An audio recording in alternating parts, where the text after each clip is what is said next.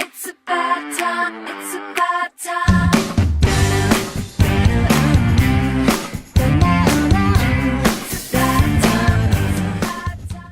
Well, hello and welcome to this week's vlog. Now, I thought I'd show you a different side of my office. I'm sat at my desk today, which is a bit different. And you may have noticed, I have a new hat, people, all together now.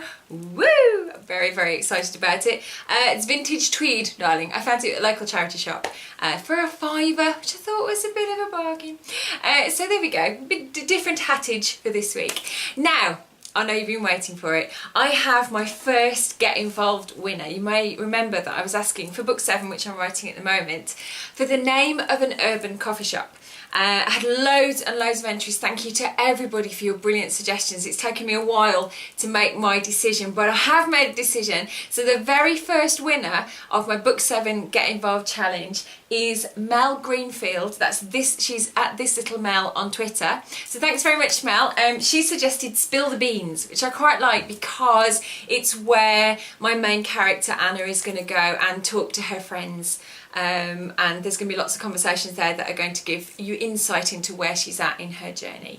So thank you very much for that. Now, don't worry if I didn't choose your suggestion, because I have plenty more opportunities coming up, including my next Get Involved challenge, which I'm setting right now. I would like you to name, it's someone who works in the newspaper building, which is where Anna works. Anna works as a receptionist in a national newspaper building, and there is a lady there who has been a cleaner forever. Like, she's probably been there longer than anyone else on the staff. She's a little bit dotty. You know me, I love dotty cleaners. If you've read Welcome to My World, you'll know that I love cleaners who are a little bit doolally. But she's one of these people. She's been there forever.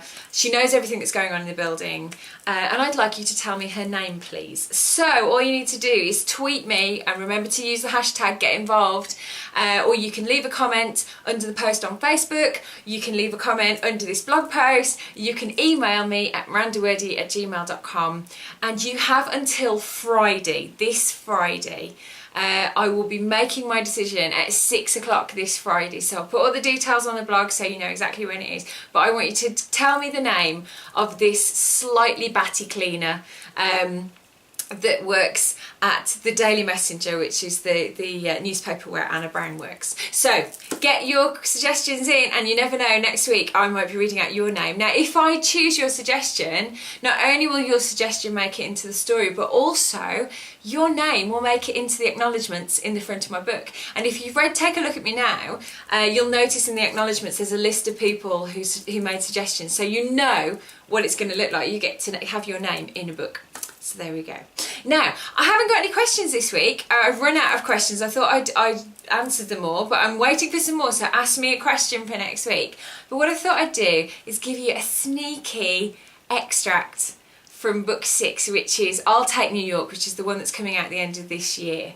And I know we've been talking about book 7, now we're talking about I'll Take New York. But I thought it's about time I gave you a little bit of a flavour for Mr. Jake Steinman. Now, the book is written from Bee's point of view, but also from Jake's, and it's male-female. It's the first time I've written something like that, but it felt right for the story, and I'm very excited about how it's turned out. So I'm going to read you when we first meet Jake Steinman. He's at San Francisco International Airport, and he's just about to board a plane to leave behind his old life and go back to New York, which is where he was born. Now, Jake Steinman, for those of you who've read Fairy Tale, is Ed's brother. So this is all going to come into play in the story, so I'm going to read it for you. So here we go. So this is chapter 2. Are you sure you have everything? I'm sure. All my worldly possessions I didn't leave for New York in the movers van this morning are in my backpack. Jake Steinman forced a smile as the woman beside him dabbed her eyes with a lace handkerchief. Hey Pam, it's okay. Pam Lomas, Jake's faithful PA for the past 7 years, shook her head. No, I'm sorry, it's not okay. It's not okay your wife's given up on you like this. It's not okay that you have to abandon your whole life because of her latest whim. Can't you reconsider? You have so much in San Francisco. Why leave it now? Part of Jake agreed with her. It was unfair, but then everything that had happened in the past month had felt that way. He shouldn't be the one to leave. As far as he'd been concerned, their marriage was a happy one. But realistically, what choice did he have? Sure, he could stay in his adopted city and wait for Jessica to change her mind. He could carry on, pretending that life was untouched by his wife's decision to leave him. But he knew deep down that to stay in a city in which every street, sidewalk and brick seemed imprinted with her name would be the end of him. Better to nurse a broken heart on the other side of the country. New York's not so bad. It's the East Coast, Jake. Well, you're just a number in a big city and nobody cares who you are unless you do something for them. I was born there, remember? I may have West Coast attitude and a bed of tan now, but I'm a New York guy at heart. He put his hand on Pam's shoulder as she let out a loud sob. Don't worry about me, okay? I'm going to be fine. My family are in the city, my friends from before I met Jess. I won't be alone. Pam gazed up at him, mascara streaking down her cheeks. Well, I guess I have no choice but to trust you on that. But you'd better call me every week. I want to know everything. You promise? He had promised, his heart heavier than he'd anticipated. Once on the JFK-bound flight, Jake closed his eyes and willed the chasm of loss to close within him. Of course Pam was right. He wasn't the one to end his own marriage, so why should he be the one to leave? The trouble was, Jessica didn't seem to see the injustice of the situation. Yesterday they'd met for the last time in a small neighbourhood coffee shop near her office for Jake to hand over their keys to their Russian Hill house. He'd hoped the finality of the act might coax a little understanding from her, might somehow break through the steel-strong walls she'd erected around her heart. But even as they made polite small talk about Jake's plans for his New York relocation, it was clear all Jessica cared about was getting on with her life.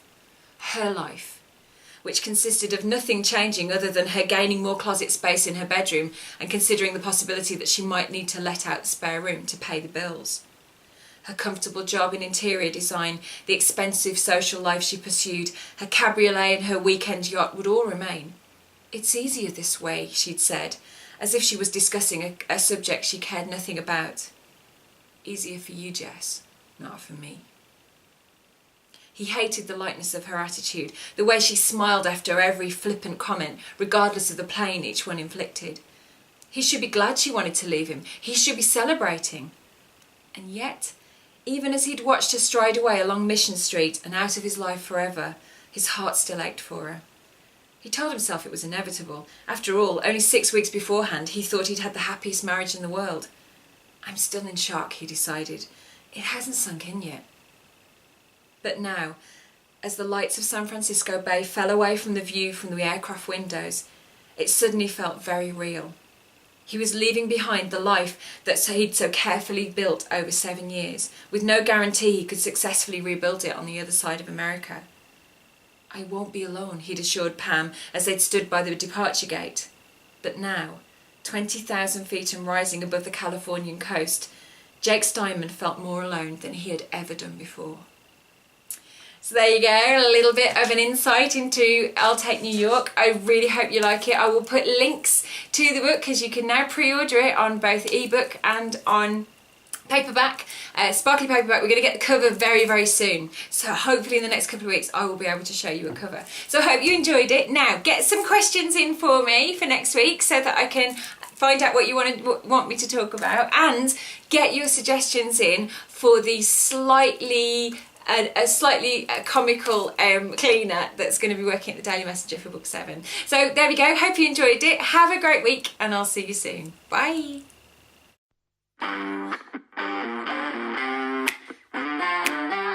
It's about time. It's about